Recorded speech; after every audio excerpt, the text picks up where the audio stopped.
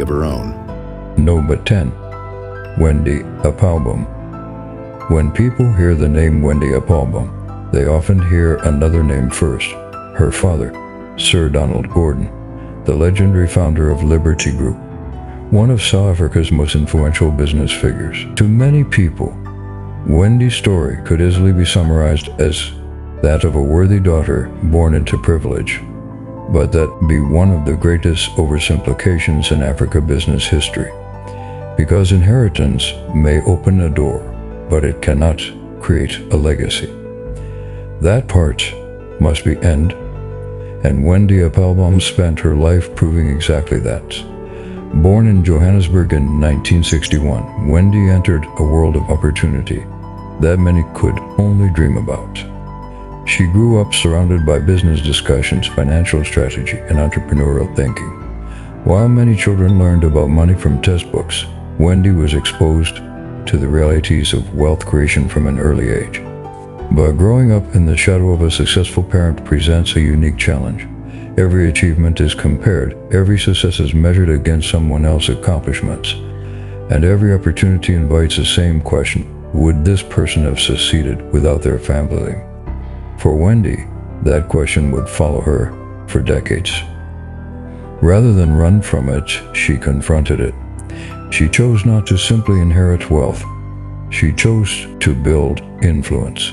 As South Africa moved through periods of profound political and economic change, Wendy became increasingly involved in business leadership. She understood something that many investors overlook. Wealth is not merely accumulated, it is directed, and the direction of wealth determines its impact. One of the most significant chapters of a career king in 1994, South Africa was entering a new democratic era. The nation was being reshaped politically, socially, and economically. Amid this transformation, Wendy helped establish women's investment portfolio holdings, better known as SWIP Hope. Then, the significance of this move cannot be overstated. At a time when women remained underrepresented in corporate leadership, WIPOD emerged as a pioneering investment company designed to empower women emotionally and economically. It was more than a business venture. It was a statement, a declaration that women deserved not only seats at the table, but ownership of the table itself. The initiative became one of South Africa's most important female-led investment success stories, and Wendy became one of its most influential architects. But her ambition stretched far beyond finance. Much further. In 2003, she entered an industry that appeared completely different from corporating bursting: wine. At first glance, the move seemed unusual. Why would a successful investor choose to enter the highly competitive world of winemaking? The answer reveals much about Wendy's philosophy. She has never been interested in following conventional paths. When she and her husband acquired McMurgenson Wine Estate in Stellenbosch, they saw possibility where others saw limitation. The estate was transformed into one of South Africa's most respected wine producers. What emerged was not merely a successful business. It became a symbol of vision, the same principles that build lasting wealth. Yet, business alone does not define Wendy's pilgrim's legacy. If anything, her philanthropy may ultimately prove even more significant. Throughout her career, she has consistently directed resources toward healthcare, education, women's empowerment, and social development. Millions have flowed from her foundation and charitable initiatives, not because philanthropy was fashionable, but because she believed wealth carries responsibility. In many ways, Wendy represents a different model of success. She is not known for dramatic corporate takeovers. She is not associated with oil fields or billion-dollar mining operations. Instead, her story is one of stewardship, of taking advantage of opportunity while creating opportunity for others, of recognizing that wealth can be used as a tool for transformation. Today, Wendy stands among the most influential businesswomen in South Africa.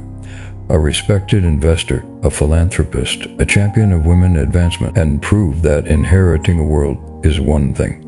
Building a meaningful legacy with it is something entirely different. But while we're the empowering story demonstrate the power of leadership and stewardship, our next story reviews the power of creation. Because unlike Wendy, the woman at number 9 that inherits a business empire, she builds one from scratch. And in doing so, she changed how Africa tells its own stories. Her name is Mo Abudu. Number 9. Mo Abudu. Long before she became one of the most influential figures in African media, before international studios took notice of her work, before global audiences began consuming stories created on African soil, Mazamola Abudu was simply a young woman with ambition, an ambition that would eventually challenge an entire industry's assumptions about what African storytelling could become. Today, Mo Abudu is widely recognized as one of Africa's most powerful media entrepreneurs. Her influence stretches across television, film, production, entertainment, and culture. Her company has produced content viewed by millions, but none of that was guaranteed. Born in London to Nigerian parents, Mo grew up between cultures. She experienced life through two different lenses, one rooted in Africa, the other shaped by the Western world. This dual perspective would later become one of her greatest advantages, because she understood something many storytellers struggle with. She understood how Africa saw itself, and she understood how the world saw Africa. The difference between those two perspectives would ultimately become her opportunity. As a young woman, Mo pursued higher education and later built a successful corporate career.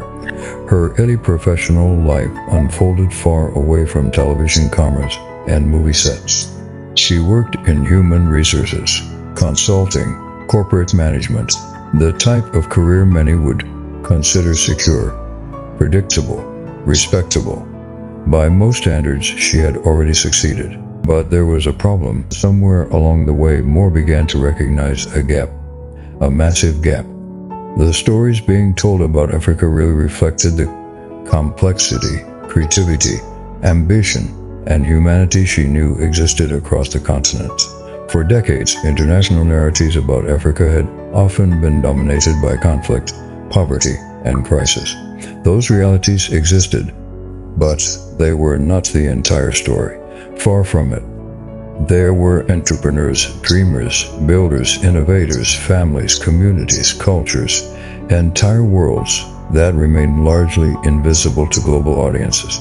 Most saw that invisibility as a challenge, but she also saw it as an opportunity. Most people complain about gaps, and the Prenez built businesses around it. In 2006, she launched Moments with Mo. At the time, it was a bold move. Africa had produced respected journalists and broadcasters before, but Mo envisioned something different.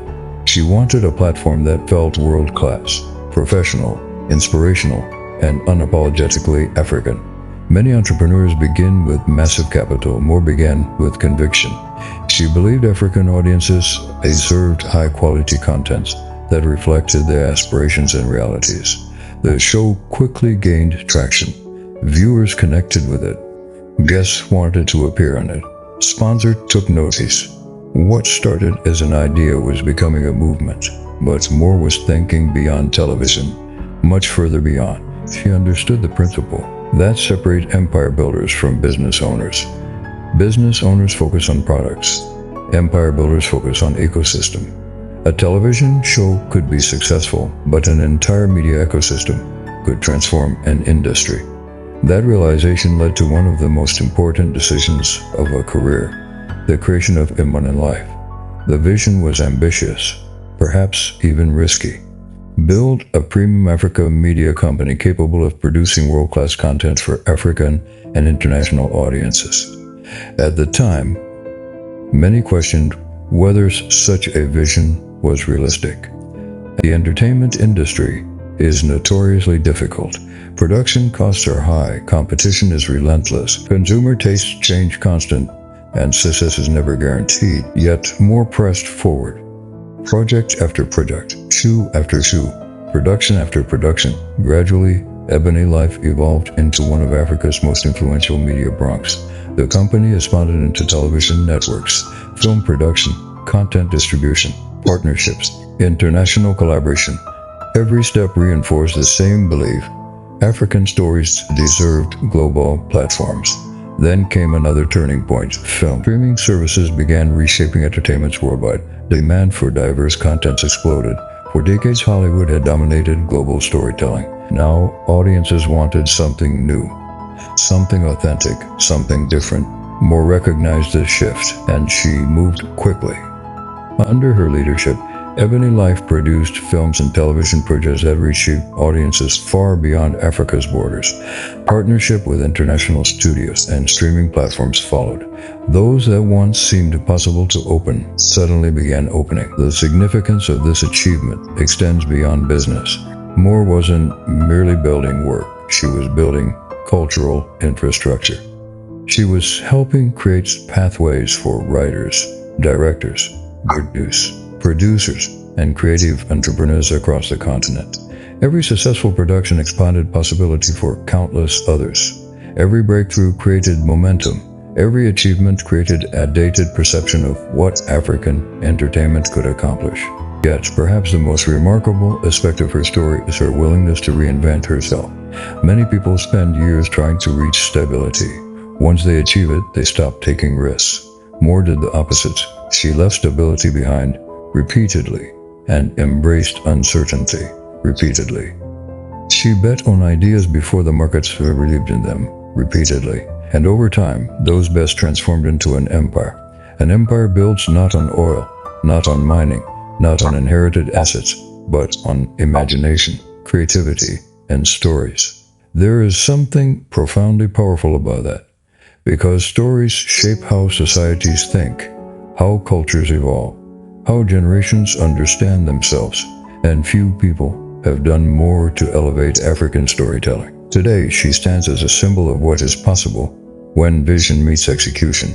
A media mogul, a producer, a cultural architect, a businesswoman who transformed narratives into influence and influence into extraordinary world. Her success proves that some fortunes are built from natural resources, others are built from financial capital.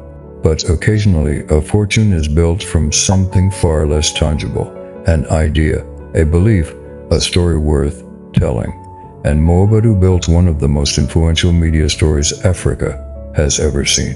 But while Moabadu was reshaping how Africa told its stories, another woman was quietly building influence in a completely different arena. An arena where prestige, philanthropy, medicine, fashion, and business power intersected. Her name is Precious Moloi Mosebi.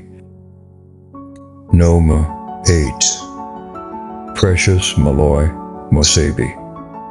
Power wears many faces. Sometimes it looks like a billionaire signing a deal worth millions of dollars.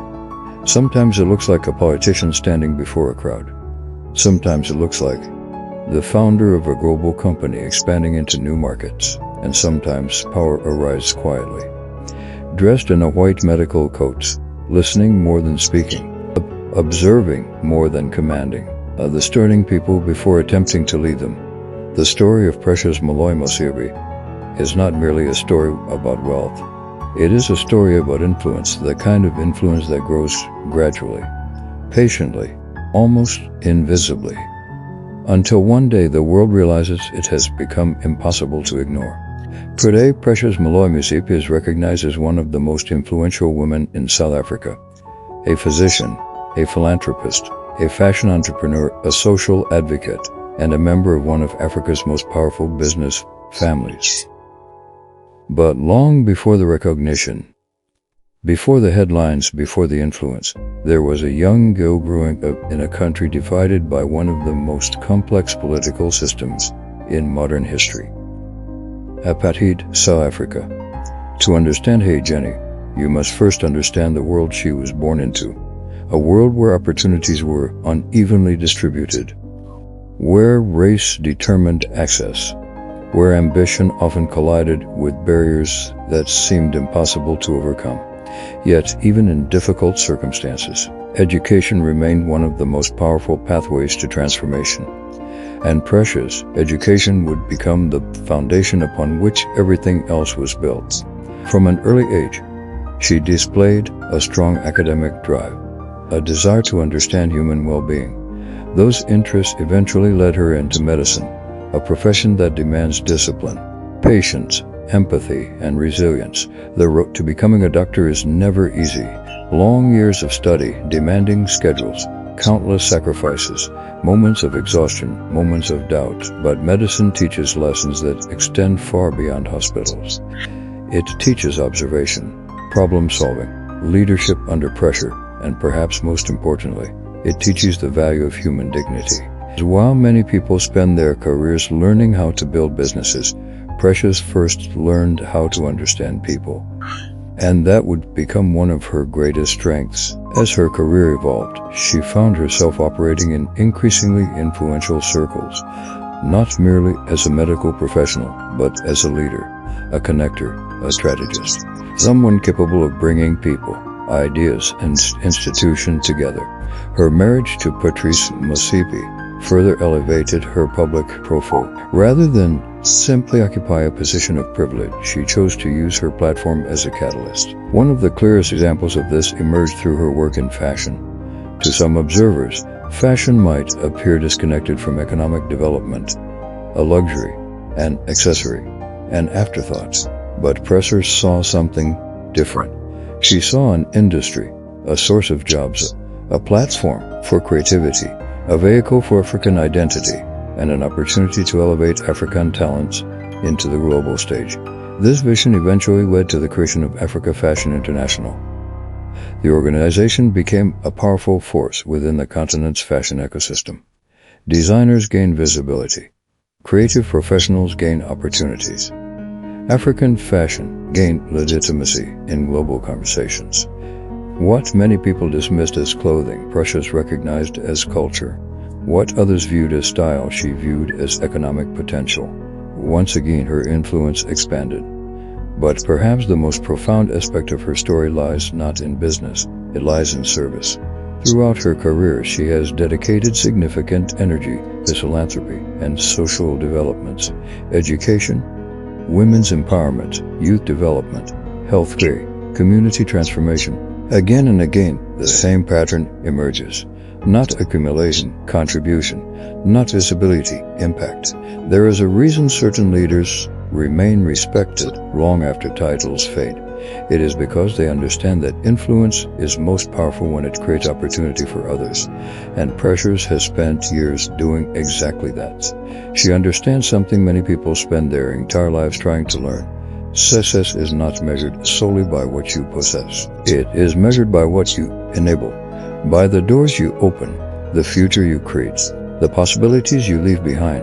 That perspective has made her one of the most respected figures in South African society, not simply because of wealth, but because of how the wealth has been leveraged.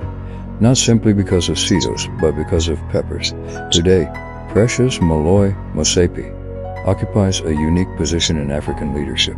She most comfortably between medicine and business, between philanthropy and entrepreneurship, between culture and comics. She represents a generation of African women redefining what influence can look like, and perhaps that is her greatest legacy. The realization that leadership does not require choosing between compassion and ambition, between success and service, between achievement and humanity. It is possible to pursue all three, and when combined, they become extraordinarily powerful. In many ways, Precious Moloi Motsepe's story is a reminder that our world alone does not create significance. Influence does, vision does, empires does, and she has spent a lifetime building our theory. But while Precious was transforming industries through influence and advocacy, another woman was fighting a very different battle, a battle against stereotypes, against expectations, against an industry that many believed belonged exclusively to men. She entered one of the toughest sectors imaginable, private security, a world of uniforms, authority, protection, and risk.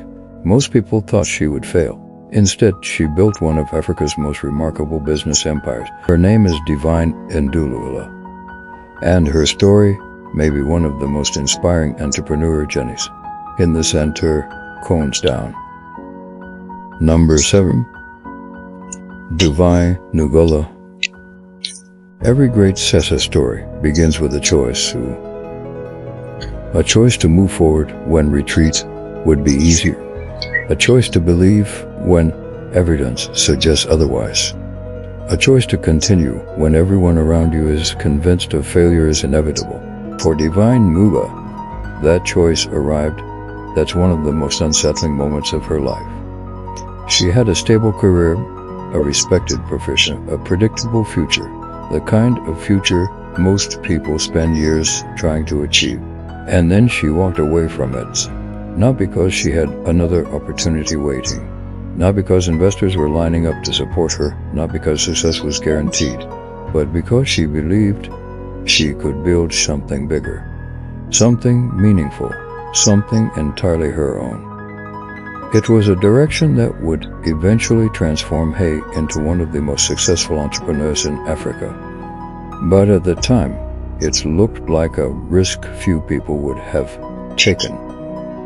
Today, Divine Ngula is recognized as one of Zimbabwe's most accomplished business leaders, the founder of one of the country's largest security companies, a pioneering entrepreneur, a champion of women empowerment, and a symbol of resilience in the face of extraordinary odds.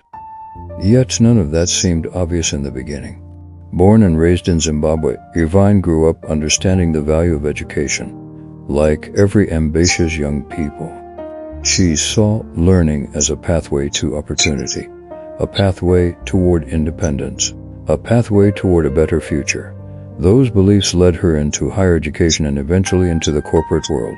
She joined the Zimbabwe Broadcasting Corporation, a respected institution, a stable employer, a place where a determined young professional could build a long and successful career.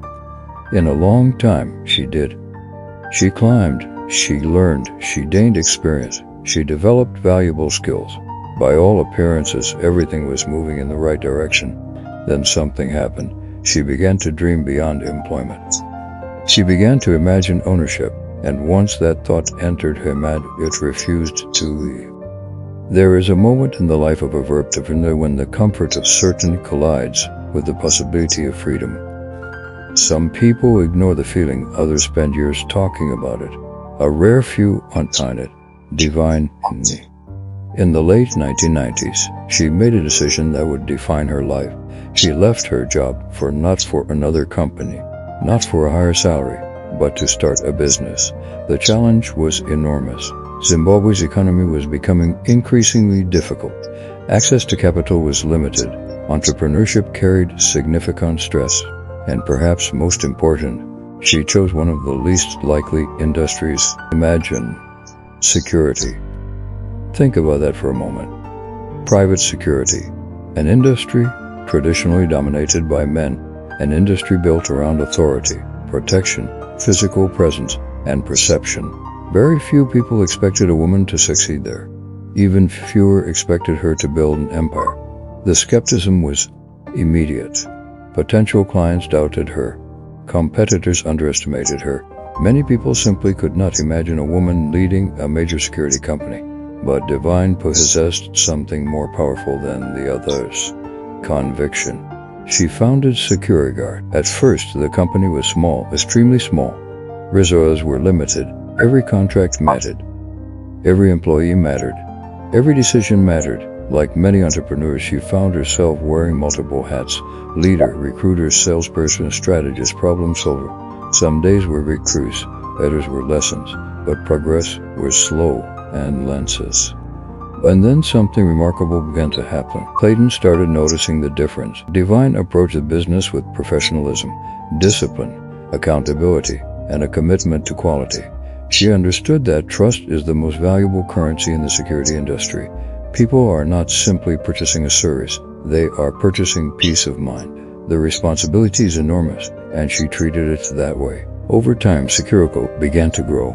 More clients, more contracts, more employees, more influence. The company expanded beyond what Smitty thought possible. What had started as a swan symphony gamble was becoming a major enterprise, but the true significance of divine success extended beyond revenue. She was quietly dismantling stereotypes. Every contract challenged assumption. Every achievement challenged expectations. Every achievement challenged the belief that women could not thrive in certain industries. And perhaps nowhere was this more evident than in her hiring practices. For years, secretive work had been viewed almost exclusively as a male profession. Divine saw things differently. She actively recruited and empowered women, not as symbolic gestures, not for publicity, but because she believed talents mattered more than tradition. The results spoke for themselves. Women became an increasingly important part of the workforce. Opportunities expanded, lives changed, entire families benefited. This was business creating social impact in real time. And yet, her journey was far from easy. The involvement would experience a period of significant economic instability, inflation, financial uncertainty, business disruption, challenges that have destroyed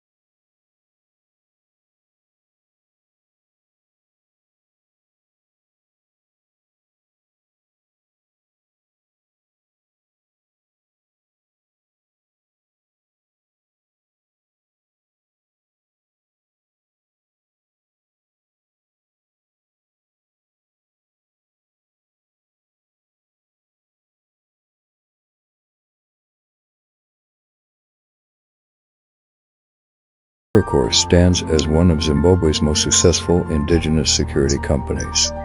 A testament to courage, to persistence, to leadership, and to the extraordinary possibilities that emerge when someone refuses to accept the limitations imposed by others. In many ways, Divine's story is not about secrecy at all. It is about belief. Believe in an idea before anyone else can see it. Believe in your abilities when others question them. Believe in your future when the present looks uncertain. And that belief transformed a young woman with a dream into one of Africa's wealthiest and most respected entrepreneurs. But while Divine was protecting business and breaking barriers in Zimbabwe, another woman was quietly reshaping skylines, designing structures, creating luxury developments, and proving that architecture could become a pathway to extraordinary influence and wealth. Her vision was not measured in contracts. It was measured in concrete, glass, steel, and imagination. Her name is Fifi Ekanum Ejendu, and historians unlike any other in this country. Number 6. Fifi Ekanum Ejendu. Every city tells a story, not through words, not through speeches, not through headlines, but through the buildings that rise from the ground. The towers that shape skylines, the homes where families build memories, the offices where decisions are made, the hotels where deals are negotiated, the landmarks that survive long after their creators are gone. Architecture is often described as frozen music, a form of art craved into space and time. But for Fifi, architecture was never simply about designing buildings. It was about designing possibility. Because long before she became one of Africa's worthiest women, long before she became one of Nigeria's most respected business leaders, she was a young woman with an unusual dream. A dream to create, to build, to leave something tangible behind. And in an industry dominated by men, that dream would eventually transform into an empire. Today, Fifi is recognized as one of Nigeria's most accomplished architects. real estate developers, and entrepreneur. Her influence can be seen in luxury developments, business ventures, and architectural projects that have reshaped landscape and inspired generations. But her journey began long before the boardrooms, long before the circus, long before the world. Born into a prominent Nigerian family, Fifi grew up in an environment that valued education, excellence, and ambition. From early age, she displayed a creative mind, a mind that constantly questioned how things could be improved, how space could be transformed, how beauty and functionality could coexist. While many children admire buildings from the outside, Fifi became fascinated by what made them possible, the design, the structure, the vision behind them. She was drawn to the idea that something could exist first in the imagination and then become real. It is a remarkable process when you think about it. Every great structure begins as an idea, nothing more, a sketch, a concept, a possibility. Then through effort, expertise, and determination, it becomes something permanent. That process cultivated her. At the time, architecture was not a field overflowing with female role models, especially in Africa. Construction sites were overwhelmingly male. Engineering firms were overwhelmingly male. Development companies were overwhelmingly male. Destinations were clear. Women were welcome to admire buildings, not necessarily to lead the people who built them. Fifi had little interest in such expectations. She pursued her education with determination and eventually trained in architecture, acquiring the skill necessary to transform ideas into reality. But education was only the beginning. The real challenge would come afterward, because knowledge alone does not build success. Execution does. And execution requires courage.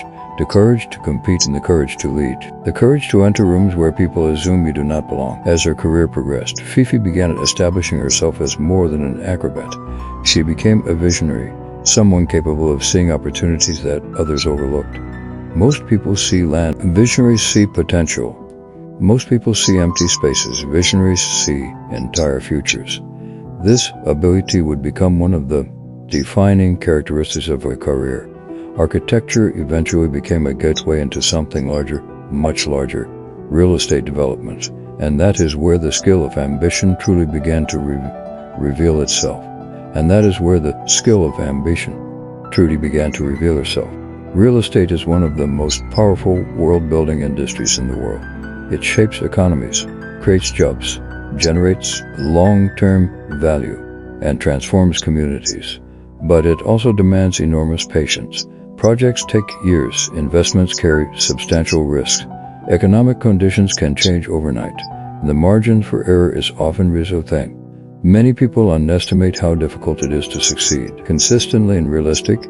Fifi understood those risks, yet she embraced them, because she understood something equally important. The greatest opportunities exist where others see complexity. Through strategic investments and developments, she expanded her influence far beyond architecture. Her projects reflected not only technical expertise but also artistic vision.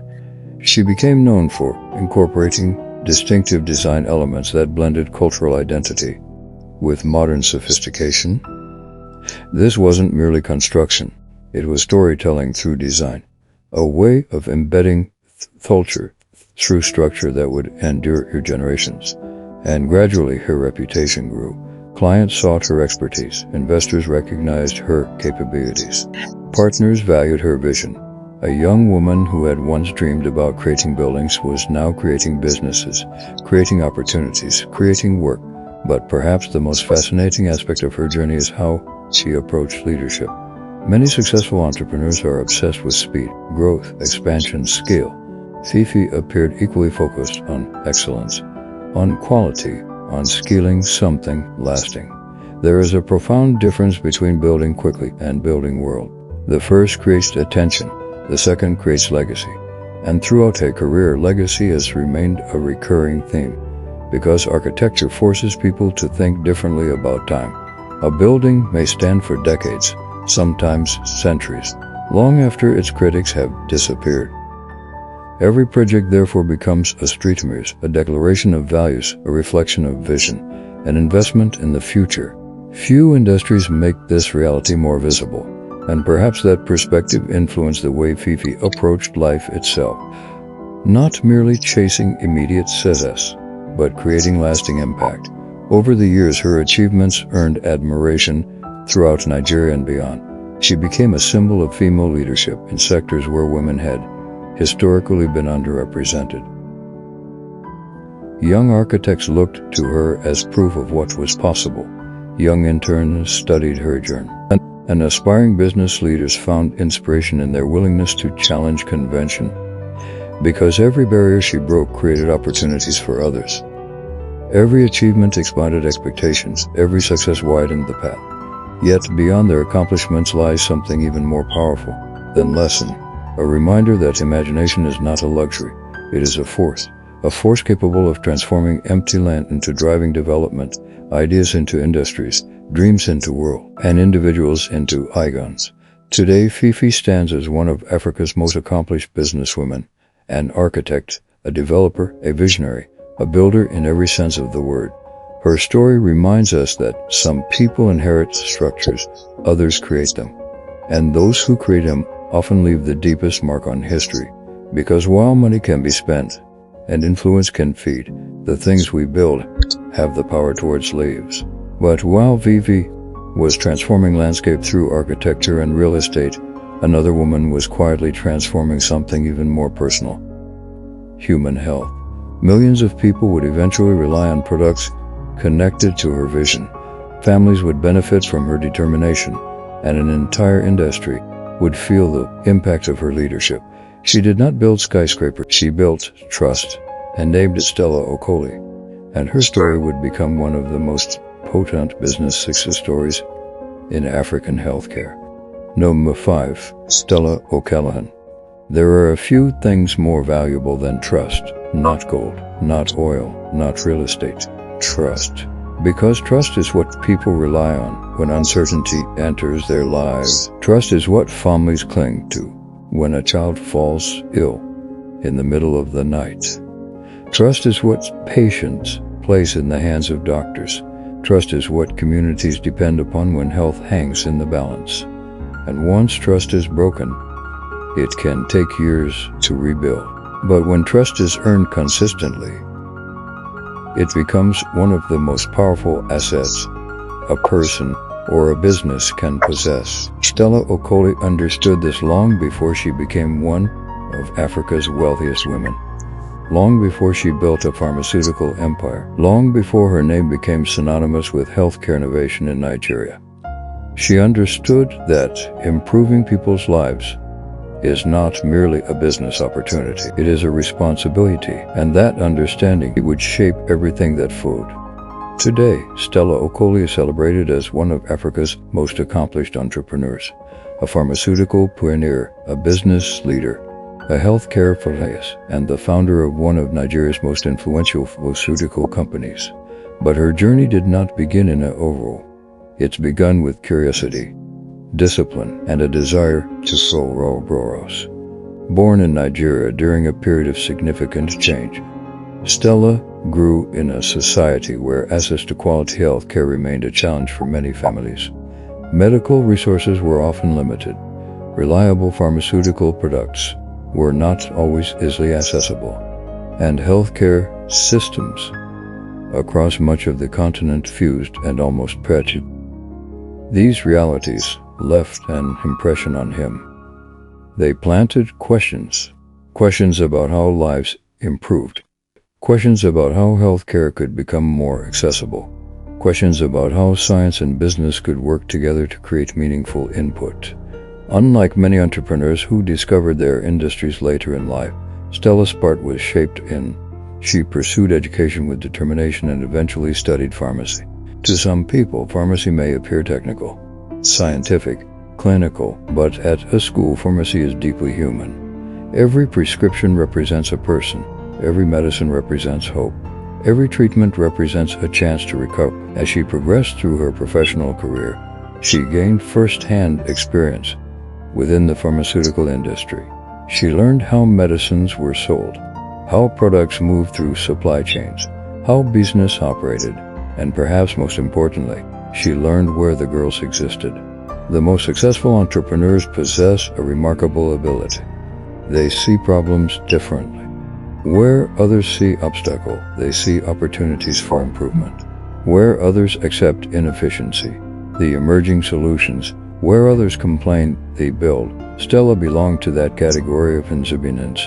Over time, she became increasingly convinced that Nigeria needed stronger pharmaceutical institutions, companies capable of delivering quality products consistently, companies capable of earning public confidence, companies capable of competing at the highest level.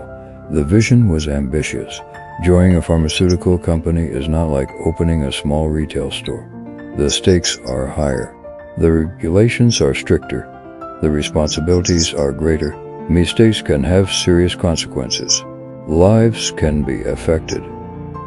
Success requires expertise, discipline, and relentless action to quality. Many people would have been intimidated by a challenge. Athela was energized by it, and so she made a decision that would define her legacy. She founded Emzer Pharmaceutical Industries. At the time, few could have predicted what the company would eventually become. Like many successful enterprises, it began with modest foundations, limited resources, limited visibility, limited skill.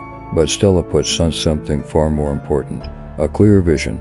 She understood that healthcare products were not ordinary consumer goods.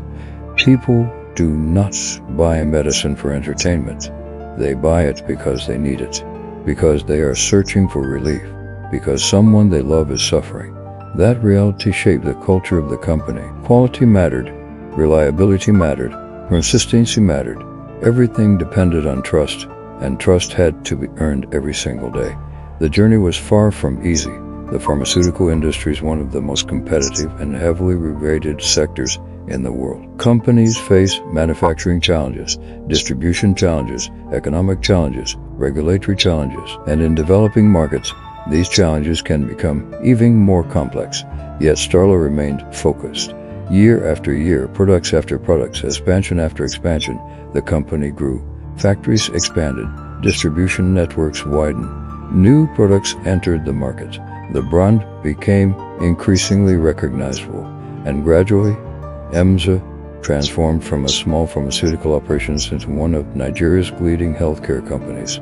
Millions of people became familiar with these products. Families relied on them. Communities trusted them. Healthcare providers recommended them. What Stella had built was no longer merely a company. It was an institution. And institutions are different. Business can rise and fall. Institutions become woven into the fabric of society.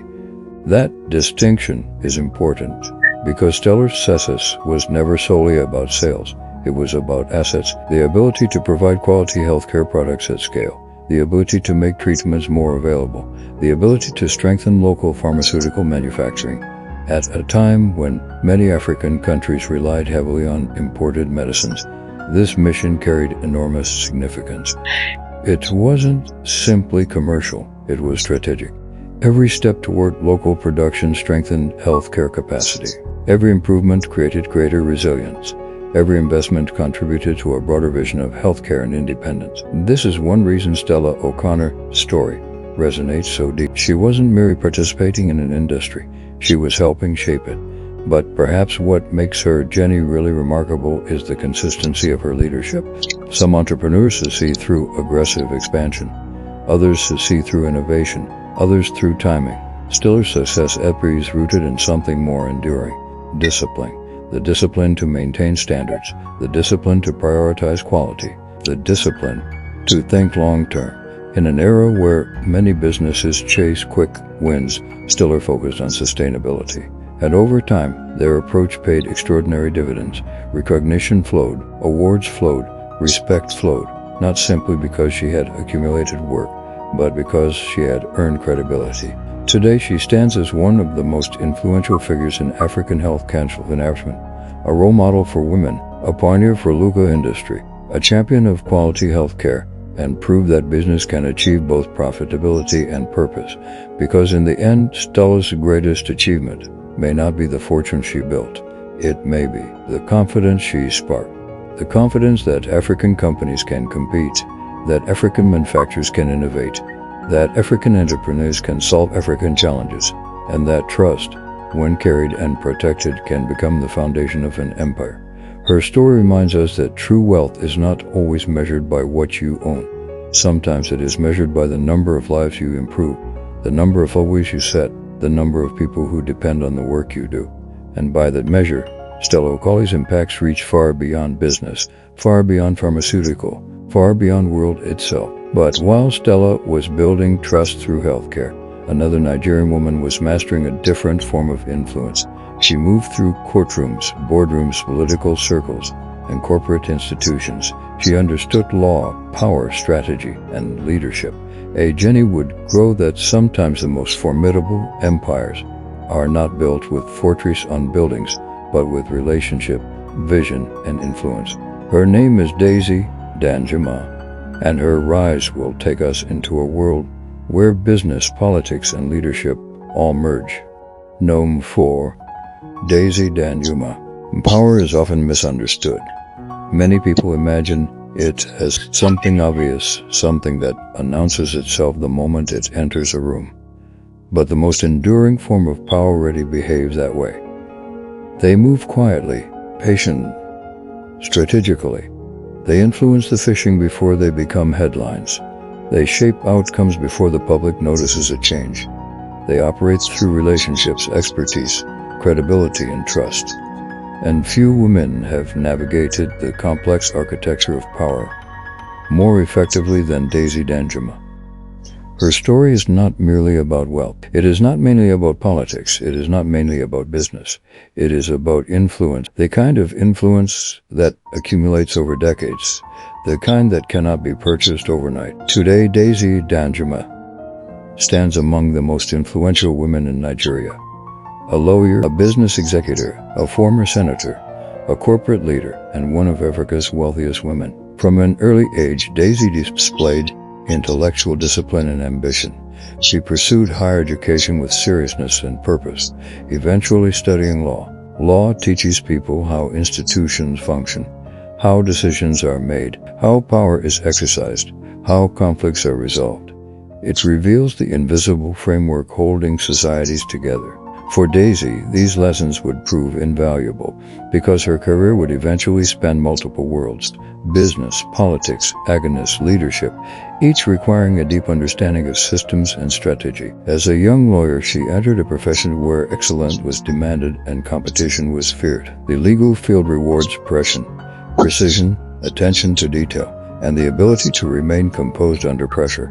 Daisy developed these qualities early. They would become defining characteristics of her leadership style. Over time, her reputation grew. People recognized her competence, her professionalism, her ability to navigate complex challenges, and as often happens with exceptional individuals, new opportunities began to emerge. But life has a way of presenting choices that alter the course of a career. Choices that seem small at first, yet ultimately reshape everything. For Daisy, those choices gradually expanded her influence beyond law. She moved into leadership positions, corporate rules, public service, new arenas where her skills could create broader impact. And with each transition, her understanding of power deepened. Not power in the conventional sense, but power as responsibility, power as stewardship, power as the ability to shape outcomes that affect countless lives. This perspective eventually carried her into politics, a world unlike any other. Politics is one of the most demanding environments in wisdom. It exposes leaders to scrutiny, criticism, pressure, and expectations from every direction. Many talented individuals enter politics and image diminished by the experience. Daisy approached it differently. She viewed public service as another opportunity to contribute, another opportunity to lead, another opportunity to create impact. An election to the Nigerian Senate marked a significant milestone in her journey, not simply because of the position itself, but because it represented a broader transformation. She was no longer influencing organizations alone. She was participating in decisions affecting an entire nation.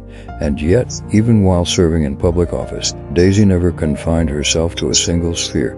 This is one of the most fascinating aspects of her story.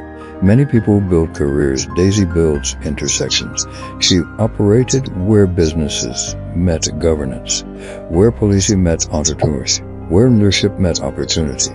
These intersections became powerful sources of influence, because individuals who understand multiple systems often see possibilities that are dismissed.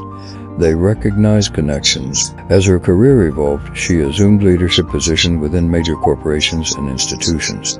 Boardrooms became as familiar to her as courtrooms. Strategy became as important as legislation.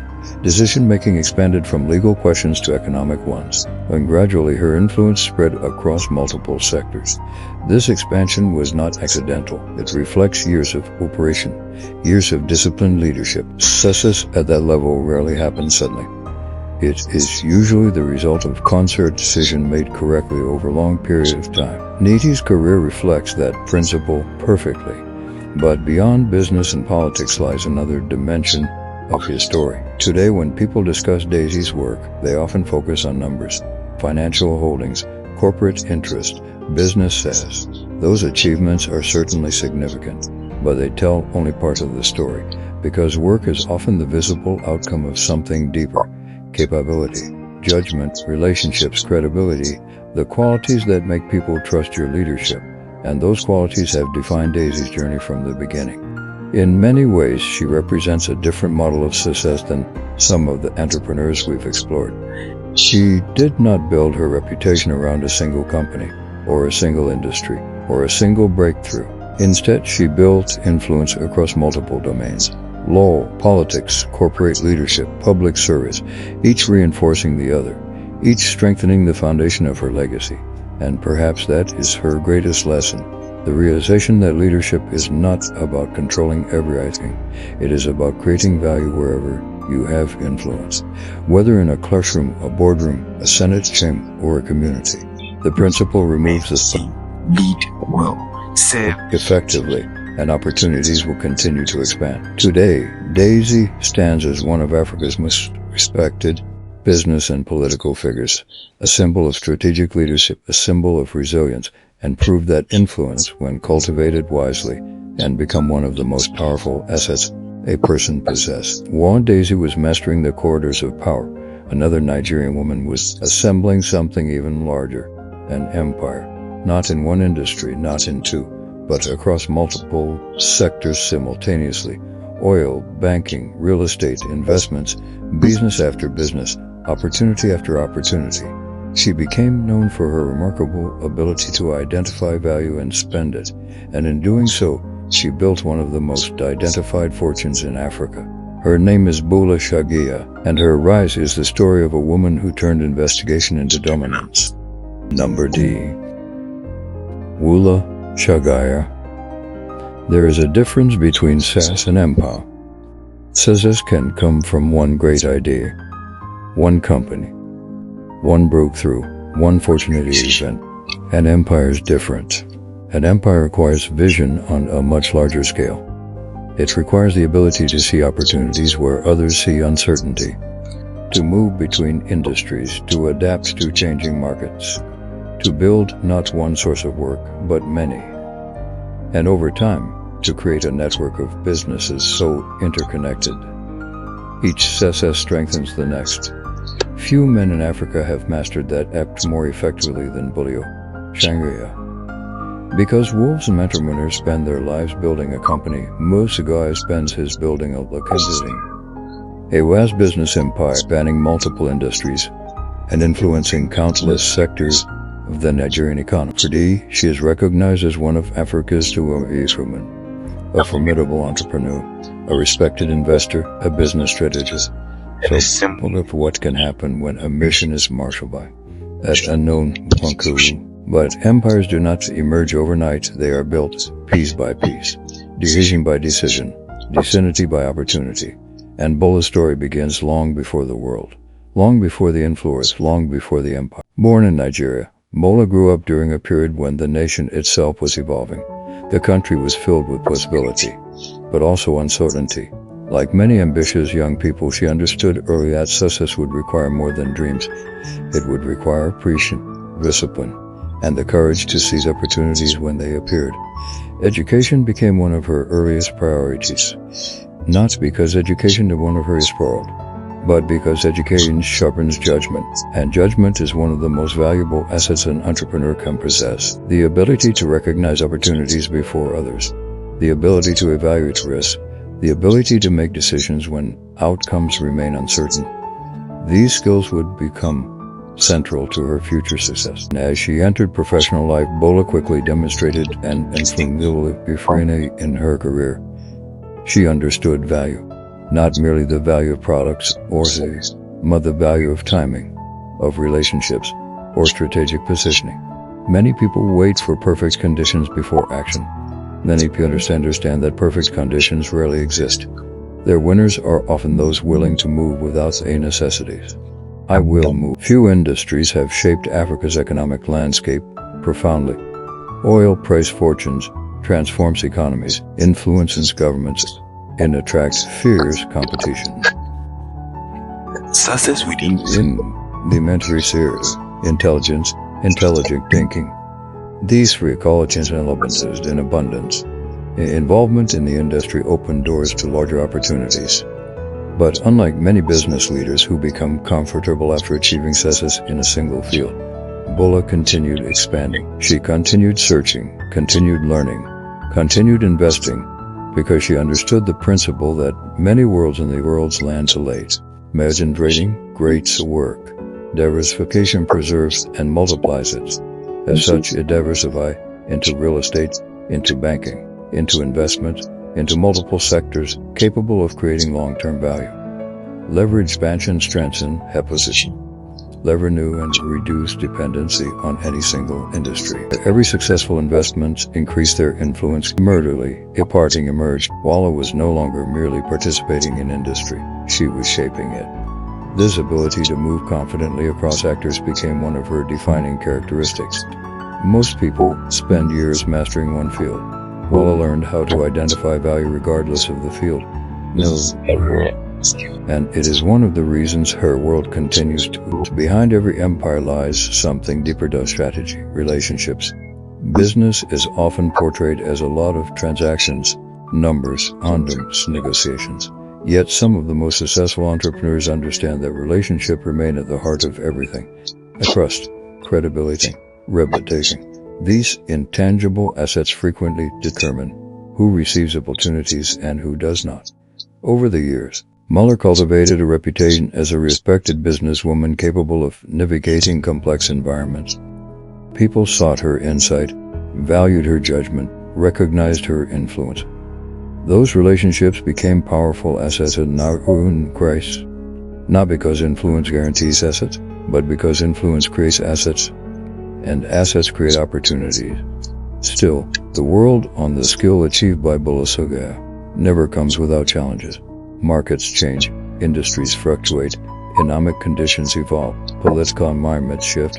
The business landscape is rarely stable for long. Yet, throughout decades of transformation, Bola demonstrated an extraordinary ability to adapt. This adaptability may be one of the least appreciated aspects of entrepreneurship. People celebrate outcomes, but outcomes are often the results of adaptation, the readiness to learn, to evolve, or adjust strategy when circumstances change. And Bola repeatedly demonstrated that, I believe, again and again, across multiple industries, across multiple economic cycles, across multiple ecosystems. Their success therefore cannot be explained by luck. The scale is simply too great, the consistency too remarkable, the longevity too impressive. Instead, her achievement reflects a combination of vision, discipline, and strategic execution, the qualities that transform entrepreneurs into empire builders. Yet what makes her story particularly compelling is that she achieved all of this in environments where female business leaders often face additional barriers. For generations, major business empires across Africa were overwhelmingly associated with men. The assumption was clear. Large-scale world creation belonged to male enthusiasts. Women were expected to speed, not dominate. Bola ignored these assumptions. She built anyway, expanded anyway, succeeded anyway, and in doing so she helped redefine what female leadership could look like at the highest levels of business. To me, her influence extends far beyond her personal fortune. She has become a symbol of possibility for aspiring entrepreneurs, but becoming women seeking entering industries traditionally viewed as inaccessible. A career demonstrates that skill is not reserved for a select few, that ambition should not be limited by expectation, and that extraordinary success often begins with a simple decision to pursue opportunities others overlook. In many ways, Mulisa Gurney's lay is a masterclass in this mastery. Today, she stands among the most accomplished businesswomen in Africa, a respected investor, a powerful entrepreneur, and one of the continent's most successful empire builders. Her story reminds us that the world is not always created through a single breakthrough. But while Mulisa was building an empire across industries, another woman was building something even more enduring, a dynasty. Her story would take us beyond boardroom and business ventures into the world of national leadership, almost camouflages family legacy and generous narrow. She would become one of the most powerful women in this history, a figure whose influence would extend across decades and touch nearly every aspect of the nation's economic landscape. Her name is Mama Ngina Kenyatta, and her story is inseparable from the story of modern Kenya itself. Number 2. Mama Ngina Kenyatta. History remembers the people standing at the front of the stage, the presidents, the generals, the revolutionaries, the leaders whose names fill textbooks and Jeremy's headlines. But history is also made people who don't do all the influences. People whose influence is quieter, less visible, yet no less significant. People who help build legacies that endure long after political speeches have faded out. Mama Ngina Kenyatta is one of those people. To speak about her story is to speak about more than work, more than business, more than influence. It is to speak about legacy, and so on. Because unlike many of the women in this documentary, Mama Ngina's story cannot be separated from the story of a nation. Said Denny, with parallel to the rise of modern Kenya, her interest on land, agriculture, hospitality, banking, and investments. Her family's influence reaches across generations, and her name remains one of the most recognizable in Kenya's history. But before the world, before the prominence, before the dynasty, there was a young girl growing up in colonial Kenya, a country first differed from the Kenya we know today. To understand Mama Ngina's story, one must first understand the world into which she was born. It was a world defined by uncertainty, a world where colonial rule stripped nearly every aspect of life. The worldwide conversations about independence were growing louder with each passing year. The future of Kenya remained unknown, and millions of people were waiting to see what the future would become. Among them was a young woman named Ngina. Like many women of her generation, her early years were afforded far from the centers of powers that would later define her life. No one could have predicted that she would eventually become one of the most influential figures in Kenya's history. History rarely reveals their plan in advance. Instead, it unfolds one decision at a time, one relationship at a time, one moment at a time. For Ngina, one of those defining moments came through her relationship with a man whose name would become synonymous with Kenya's independence, Jomo Kenyatta. As Kenya moved towards self-governance and eventual independence, Jomo Kenyatta emerged as one of the central figures of the movement. His leadership would help shape the country's future. And when Kenya gained independence in 1963, he became the nation's first president. Suddenly, the world around Ngina changed dramatically. The young woman who had once lived far from political power now found herself at the center of the historic information. It was a position unlike any other, a position carrying enormous visibility, enormous expectations, and enormous responsibility. Many people underestimated the demands placed upon those who live close to the power. They see prestige, status, recognition. What they often fail to see are the virtues, the scrutiny, the sacrifices, the constant public attention. For Mama Ngina, navigating their reality requires strength, grace, and adaptability.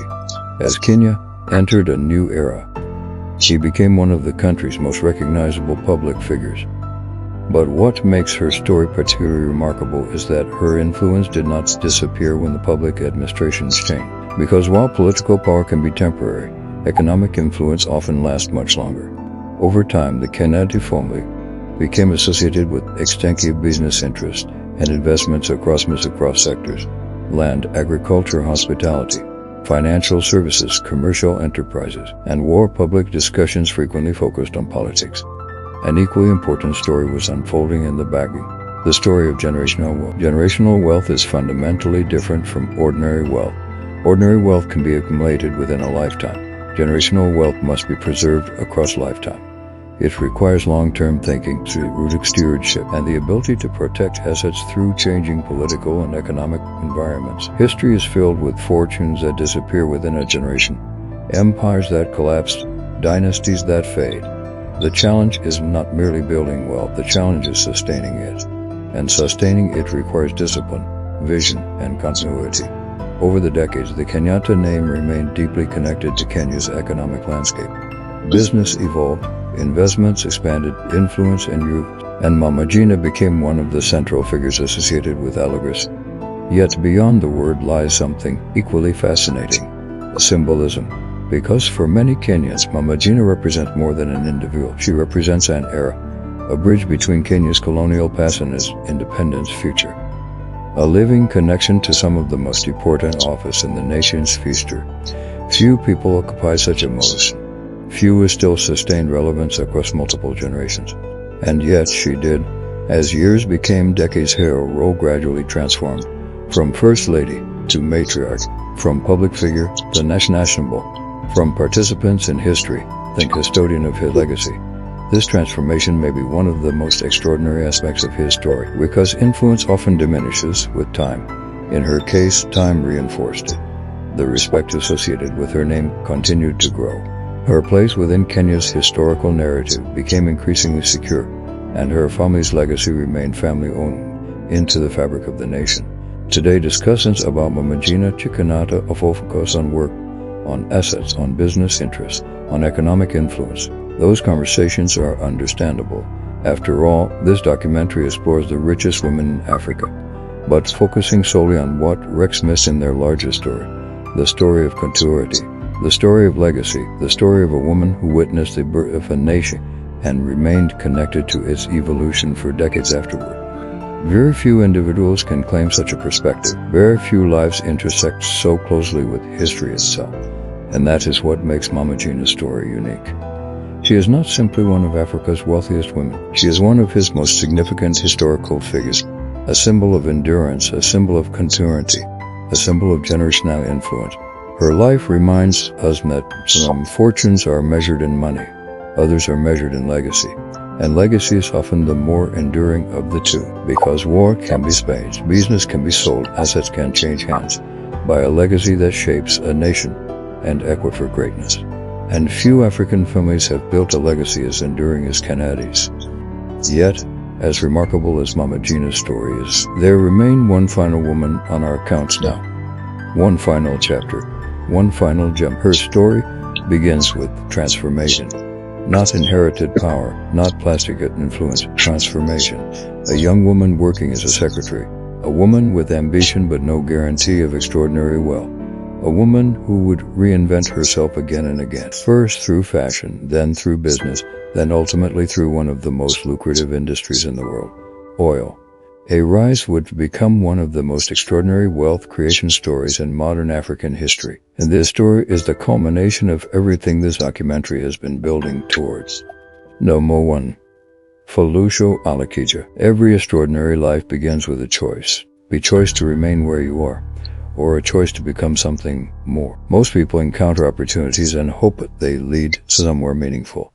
A rare few create opportunities for themselves, and then there are individuals like Lucky people who invent themselves so completely that their lives seem to unfold in chapters. Today, Lucky stands among the most successful women in African history. A businesswoman, an entrepreneur, an investor, a philanthropist, and one of the wealthiest women ever to emerge from the continent. Her fortune has been measured in billions. Her influence stands across industries.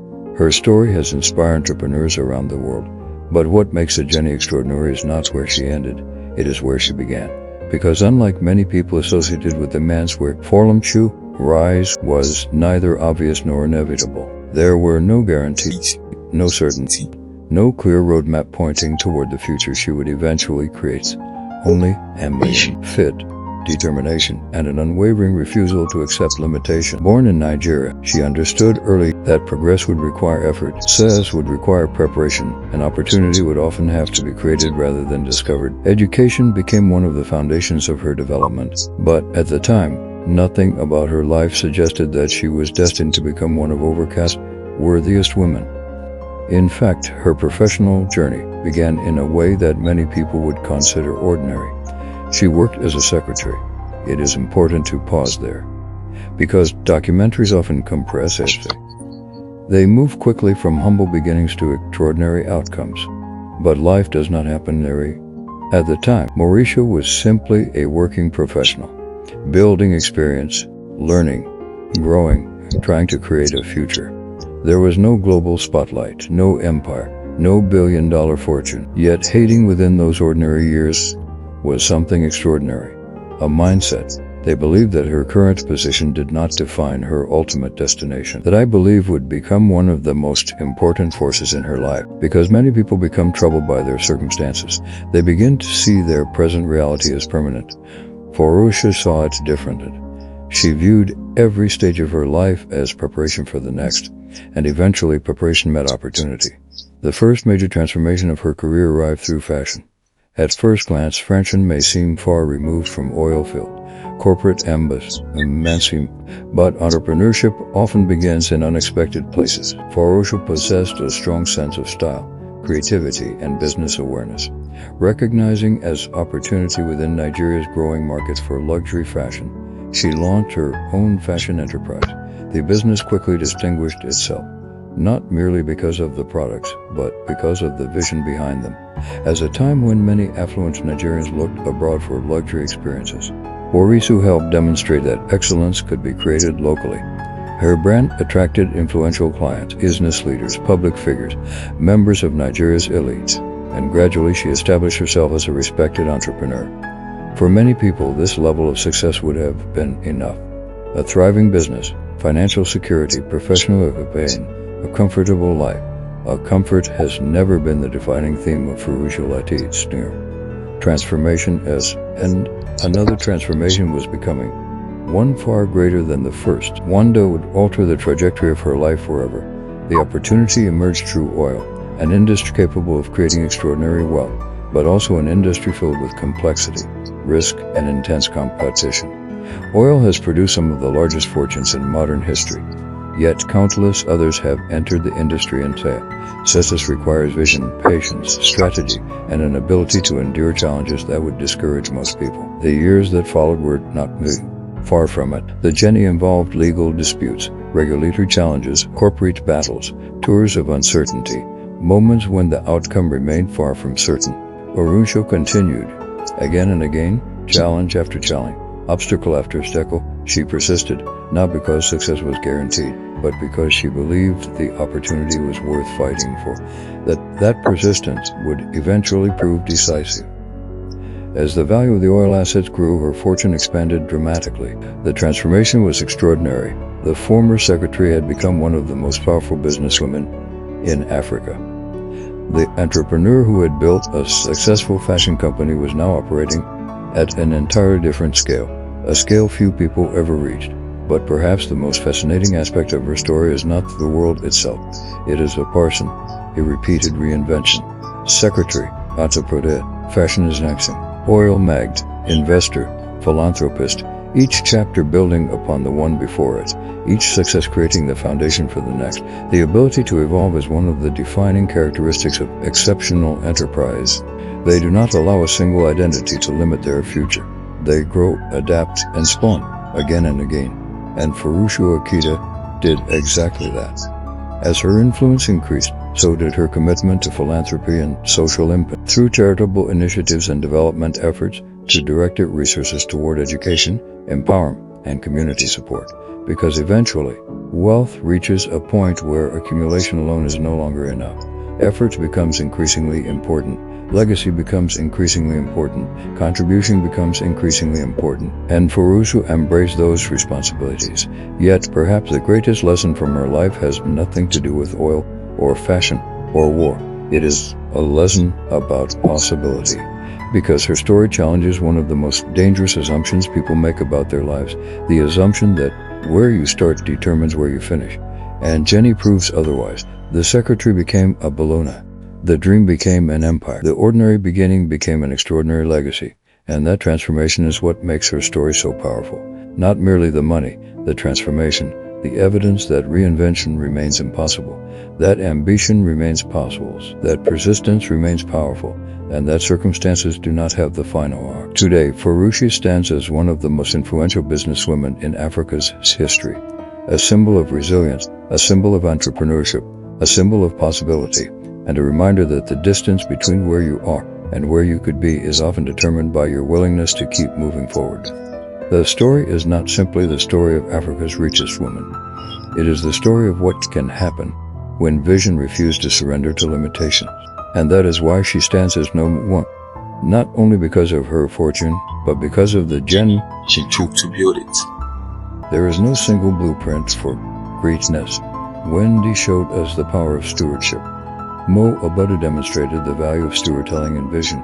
Murphys Masepi revealed the impulse of purple-driven influence. Divine proved that barriers existed and broken.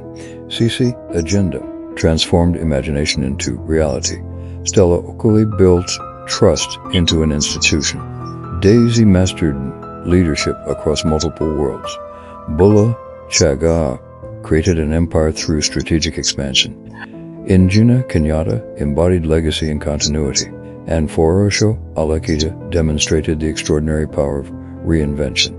Influence extends far beyond national borders. Their stories remind us that progress is not